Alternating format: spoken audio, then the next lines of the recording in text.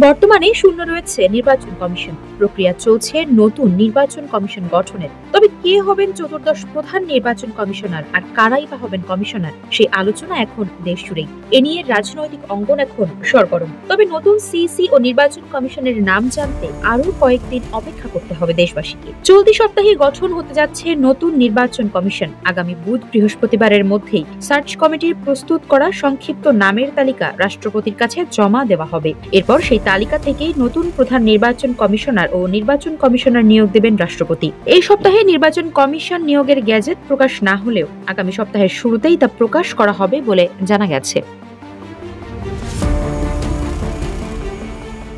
খোঁজ নিয়ে জানা যায়, নতুন সিইসি ও নির্বাচন কমিশনারদের বরণ করতে প্রস্তুতি নিচ্ছে নির্বাচন কমিশন সচিবালয়। সিইসি ও নির্বাচন কমিশনারদের কক্ষ পরিষ্কার পরিচ্ছন্ন করে নতুন রং করা হচ্ছে। সিইসি ও নির্বাচন কমিশনারদের ব্যবহারের জন্য প্রস্তুত রাখা হয়েছে গাড়ি।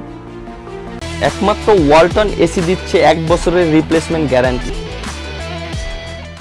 সূত্র জানিয়েছে, ইসি গঠনের জন্য সার্চ কমিটির কাছে জমা হওয়া 8 শতাধিক নামের তালিকা থেকে 275 জনের তালিকা তৈরি করা হয়েছে। সেই তালিকা যাচাই বাছাই করে একাধিকবার আসা নামগুলো থেকে একটি করে নাম রেখে সংক্ষিপ্ত তালিকা করা হয়েছে। 2-1 দিনের মধ্যে নতুন নির্বাচন কমিশনের জন্য 100 জনের সংক্ষিপ্ত নামের তালিকা প্রস্তুত করবে সার্চ কমিটি।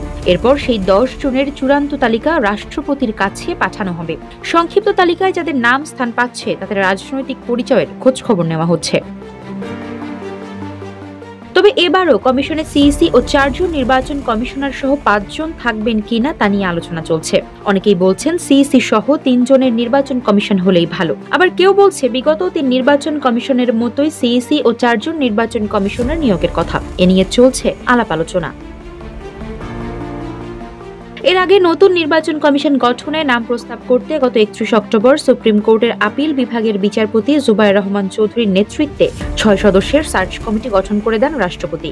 সার্চ কমিটি দায়িত্ব পাওয়ার 15 কার্যদিবস তথা 21 নভেম্বরের মধ্যে নতুন ইসি গঠনের জন্য রাষ্ট্রপতির কাছে নাম প্রস্তাব করবে বলে জানানো হয়েছিল। আফসারা নাজ, নিউজ ডেস্ক, ইত্তেফাক।